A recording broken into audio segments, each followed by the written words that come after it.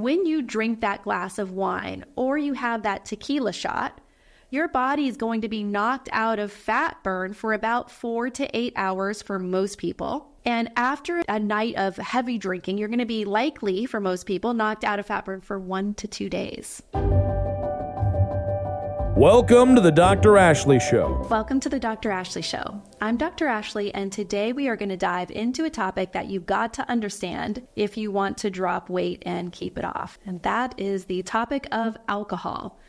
I've had so many of you all ask for me to do a deep dive on the topic, so today is the day. I'm going to share with you if you can lose weight and drink alcohol. If, you are going to drink, what are the best types of alcohol to drink, when to drink it, and maybe what to eat with it if you do choose to drink, because all of these things will significantly impact your weight loss and your success in keeping the weight off for good. I have many clients who come into PhD and they come in with different habits and perspectives and place different levels of importance on their alcohol intake. I had one client, Cindy, come in, I think she was 70 years old, and she said, I need to drop this 30 pounds. I can't stand it. It's not healthy for me, but I have a non-negotiable, Dr. Ashley. And I was like, oh, well, what could that be?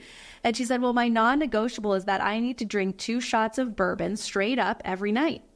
And I said, is that every night? And she said, yes, it's every night. And I will not lose weight if I can't keep the bourbon in my diet. So I said, okay, well, being down 30 pounds and keeping the alcohol is much healthier than keeping the 30 pounds on and drinking the alcohol. So I'll do my best. And man, she was super precise in what she ate. And I would say that her average weight of loss should have been about 2 to 2.2 pounds per week. And she clocked in about 1.2 pounds per week with her bourbon. So it likely slowed her weight loss significantly, but she was a happy camper and she continued to go on and enjoy her nightly bourbon. Then I had Shauna come in and she decided for the first 6 weeks that she was going to drop the alcohol. She was a social drinker and she did enjoy her drinking and her alcohol, but she said for the first 6 weeks, I'm just going to detox the body. I've had way too much. And then I might add some in. And so for her, her average during the first 6 weeks of no drinking was about 2.5 pounds per week. And then she incorporated 1 martini every Friday night. And the weeks that she incorporated, it was like for 3 weeks in a row, no weight loss at all. I mean, it just totally blunted everything. And then she got really frustrated. She's like, okay, all I'm going to do is take out the martinis on Friday and see how it goes. And her weight loss started to speed back up and she got back up to 2.5 pounds per week. She tried the experiment again and it did the same thing. So you can see that she was majorly impacted metabolically from drinking the alcohol. Then I had Tim, and Tim came in and he dropped alcohol altogether throughout the whole program. His program was about 16 weeks. He dropped all the weight. He entered into maintenance, maintained for a while, then decided he wanted to add alcohol back in. And after he did, he popped up about 10 pounds.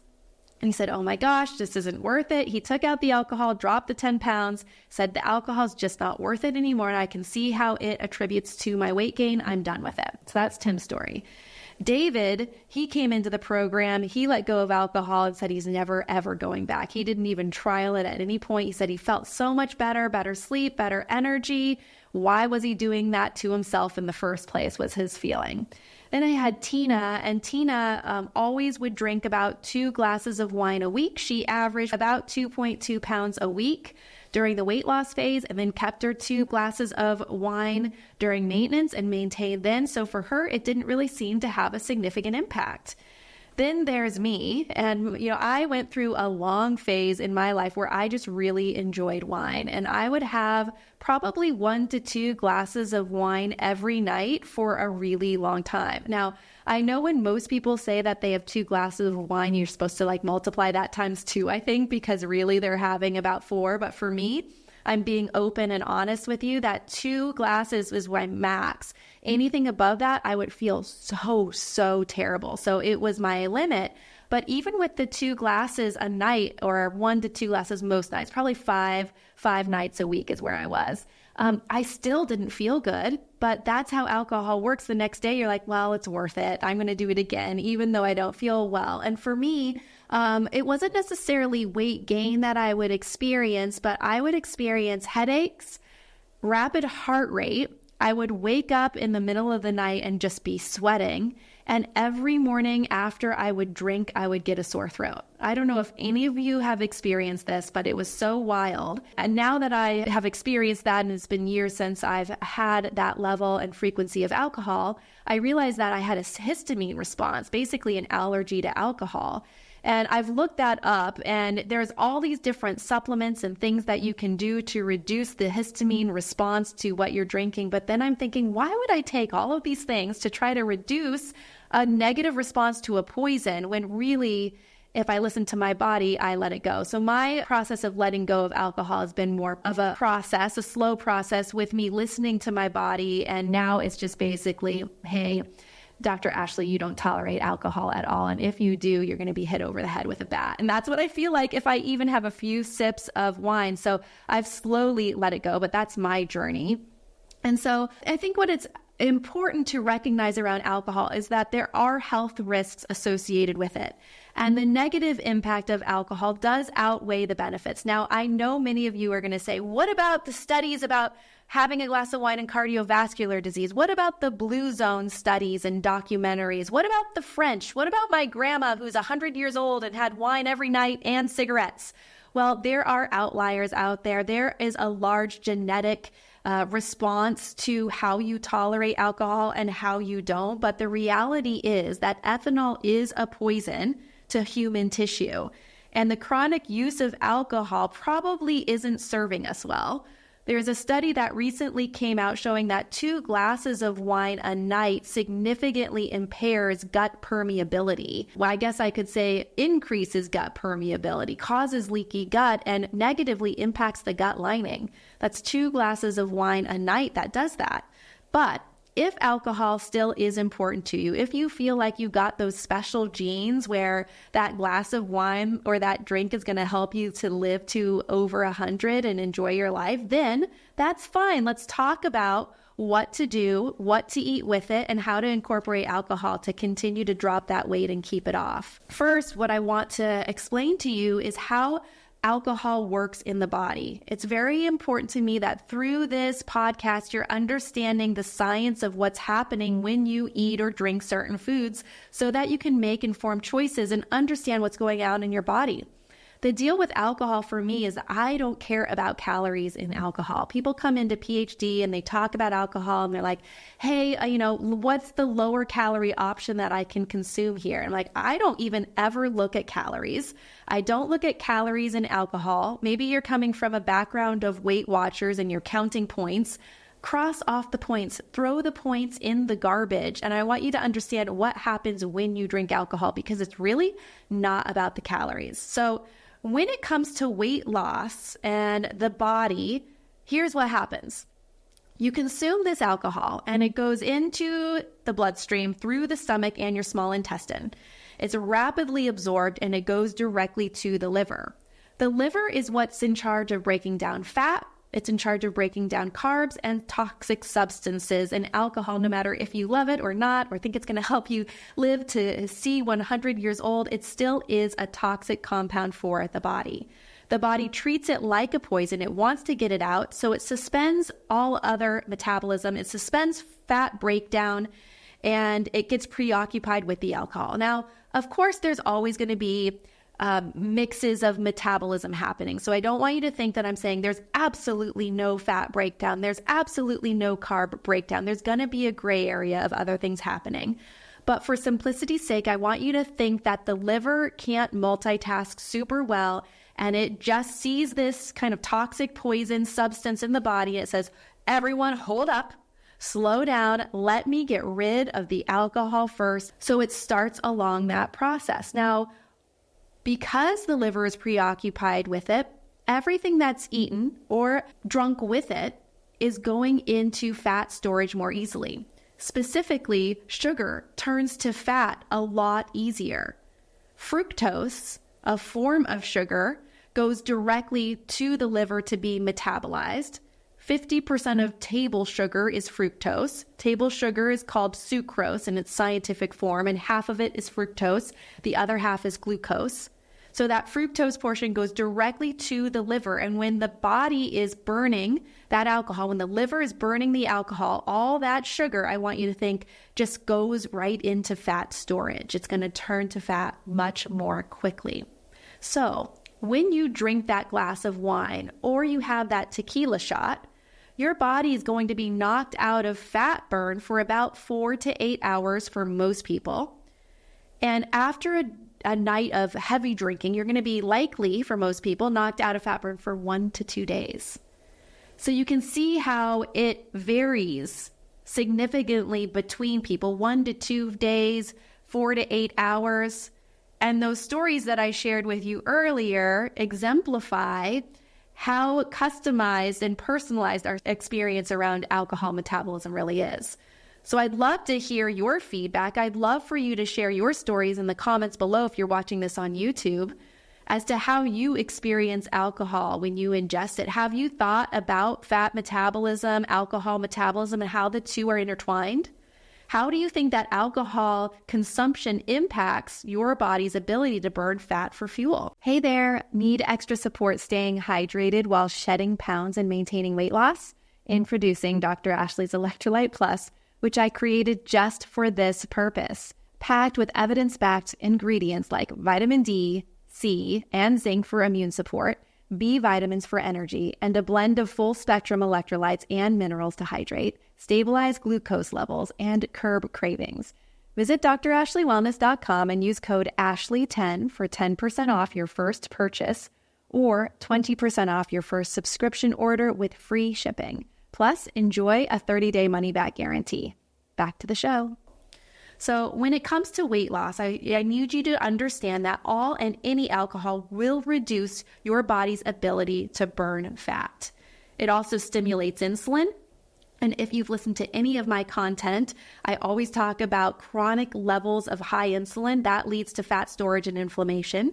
It causes blood sugar spikes, which we don't want to have, high sugar spikes and blood sugar lows. Because when you have these spikes and these compensatory lows, you're going to have cravings and hunger. You're going to have more episodes of potentially overeating. Alcohol also decreases inhibition, so we make poor choices when we are under the influence. That's what happens when it's, midnight and we think, oh my gosh, this pizza, it's just going to magically fluff off my body and it's not going to store as fat. That's what we think. We're invincible when we've had some alcohol, and that we can have the pizza and then the wings and then the chocolate bar or whatever might come our ways. At least that's my experience when I would drink and how I would feel. So it also impacts other organs. And I think it's important to understand the full body impact that alcohol can have on many of us. So brain, it impacts our brain by reducing brain volume and blood flow to the brain. When we have reduced blood flow, we have memory loss, brain fog, increases mental disorders. It impacts the heart by increasing risk of arrhythmias, high blood pressure, and stroke. Impacts the liver, specifically fatty liver. And now you can see why, because all of the metabolism is created and done in the liver. It impacts the pancreas and significantly increases risk of type 2 diabetes. And then it is significantly linked to cancer, specifically breast cancer, esophageal cancer, and head and neck. 1 bottle of wine is equivalent to 10 cigarettes in women and 5 cigarettes in men when it comes to absolute risk. 1 glass of wine increases breast cancer risk by 10% in women. And then it decreases our immune system. Talked about gut microbiome, gut permeability, which also significantly influences our immune system. But let's say all of that said, you still want to drink and you feel like you can drink in moderation and it's an important part of your life. Well, let's talk about the types and give you some tips to support your healthiest body weight possible. You want to focus on types that doesn't have a lot of sugar and, of course, fructose, since you know now that fructose goes directly to the liver and you don't want to bombard the liver with too much to do. You want it to get rid of the alcohol as fast as possible. So my suggestions would be dry, red, or white wine. It doesn't really matter the color It could be red or white as long as it's not sweet. You don't have to get any special low calorie. I think Kendall Jackson has a low calorie or low sugar wine. It might cost a few more bucks. It's wasting your money. You don't need that. Just get a dry red or white wine. Some research shows that the increase in flavonoids and antioxidants decreases the negative impact slightly, but I don't want you to get the perception that, oh, if I just drink red wine, I'm going to have all these health benefits. It still impacts the body in the way that I mentioned earlier. If you don't want wine, you could try the purest, most distilled, cleanest type of liquor. Just make sure that it's really distilled well, and it could be vodka or tequila. You would mix that if you want a mixer and not just drink it on the rocks with a club soda. You could add a lemon or lime, liquid drops of stevia or allulose or a monk fruit if you want to sweeten it with a low sugar, low calorie sweetener. You could try a diet soda, or I like the brand Zevia that's sweetened with stevia, and you'd be much better off with a diet soda over a regular soda, which has a ton of fructose in it. And now you know why. Things to avoid when it comes to alcohol types is drinks that have a lot of sugar with it. Things that have carbohydrates intrinsic with it. So beer is liquid bread. If you've got belly fat and you don't want to have belly fat anymore, you're going to need to drop the beer. The reason why is because beer has carbohydrates intrinsic with it. It's just like this double whammy to the liver. All of the carbohydrates get stored as fat, specifically around the belly, while the liver gets preoccupied with the alcohol in it and starts to burn that off. You want to make sure that you avoid fruity drinks, sweet things. So that would be like a daiquiri or a mojito, or I don't know, in the comments below, drop what those sweet drinks are that you're going to let go of because they do not serve you. They do not love you back. Tonic water. Tonic is tricky. It doesn't seem super sweet, but there's actually just as much sugar in tonic water as there is in a Coke. So if you're going to do gin and tonic, do a diet tonic and gin together, and then no fructose. Timing matters as to when you're going to enjoy your adult beverage. Some people like to do it after a workout because the muscles and the liver are more apt to just be ready to soak it up and burn it off more efficiently. But if you do decide to do that, just be aware that if you really need to recover, if you're looking for muscle gains, if you're going to work out intensely the next day, it might reduce the body's ability to recover fully. Another good time to have a drink, best time would be in the early stages of a meal, maybe before a meal, 30 minutes before a meal, or in the early stages of it. And then 3 hours before bedtime. Even if you stop drinking, I want you to know 3 hours before bed, it's still going to negatively impact your sleep quality. However, it will reduce that negative impact if you can give your body 3 hours before falling asleep. All right, tips. Number one, don't let it derail your nutrition. You have to stay super disciplined during those times where the alcohol might reduce your inhibition, where it might spike your glucose and leave you with a low where you're craving and you have hunger. You really want to avoid the propensity to overeat and overindulge. Follow your meal plan to a T. There's no other more important time to follow the meal plan and stick to your lifestyle when enjoying alcoholic beverages. Make sure to get adequate protein. Earlier, when I was talking about timing of when to drink, I mentioned either 30 minutes before a meal or in the early stages of the meal. That's because when you're eating with the alcohol, it's going to slow the release slightly and make it a little bit less likely to have the spikes in insulin and blood sugar that leads to overeating. So remember that you want to incorporate good amounts of protein and a little bit of healthy fats in there so that you stay full and satiated. And when that inhibition drops, you still aren't ravenous. And making sure that you stay hydrated because we know that alcohol is dehydrating. So you could alternate your alcoholic beverage with a glass of water or a glass of water with electrolytes is what I would suggest so that you stay fully hydrated during the process. Limit the frequency. Don't drink every night. And when you do drink, don't drink heavily. And then listen to your body and track your progress. Just like the clients that I discussed with you earlier and shared those stories, you can see how the alcohol impacted each of them differently. So what I advise is if you are dropping weight right now and you're in the process of it, keep a food journal. Write down what you're eating and what you're drinking. And if you would do an experiment with me, let go of alcohol for 6 weeks. Give it a shot. See what your body first feels like. You might be really surprised at how good you feel when you let it go. And then you'll know the speed at which your body can drop this excess fat weight, or what you can eat if you drop the weight and you're maintaining it. Then, if you want to do this experiment and you want to incorporate alcohol back in your diet, if you're good with just letting it go, then don't follow along with this experiment, please. But you can add in some alcoholic beverages maybe once a week, maybe twice a week, whatever that is, whatever you desire, and then track your progress and see if your weight loss has stalled. Or if you're in maintenance and you're maintaining the weight loss, see if you start putting on some pounds. And then you know, if you haven't changed anything else but the alcohol intake, that it's coming from those beverages. Darn it. You know, my husband has a journey with alcohol too. Everyone's journey is different. Mine was through, my body telling me that I didn't want it anymore, just didn't feel good. His body told him the opposite, that, gosh, you just want more of it. And one day, about 3 years ago, he was just fed up with the on and off and the desire to have it. And he decided to let it go. So he's 3 years abstinent, sober, whatever you want to call it, and hasn't had a drop since. So he feels a lot better, sleeps a lot better, and doesn't have it nagging in his brain anymore. So I just want you to know that if you are struggling with alcohol intake and you want to drop it, that there are so many people who have done so, and there is hope, and you can let it go if you want to. Remember in this process to get better, not bitter. Remember that dropping small things actually enables us to swing the biggest doors. We can have huge success through subtraction. It's better than any hack. You can think about the story of me continuing to drink alcohol and figuring out some kind of supplement regime that would allow me to reduce histamine. I'd still feel like crap the next day. Or I could just let the alcohol go and not worry about that and feel better. Of course, it's up to you to decide, and I support you either way. But now you can make an informed choice. You know what it does metabolically.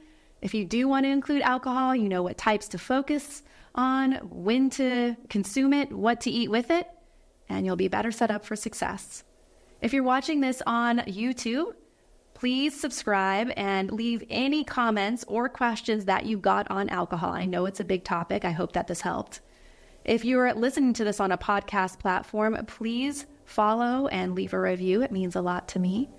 And remember, you've got to step up to make the change. Lead with your heart, train your mind, and do not negotiate with your body. I'll see you next time.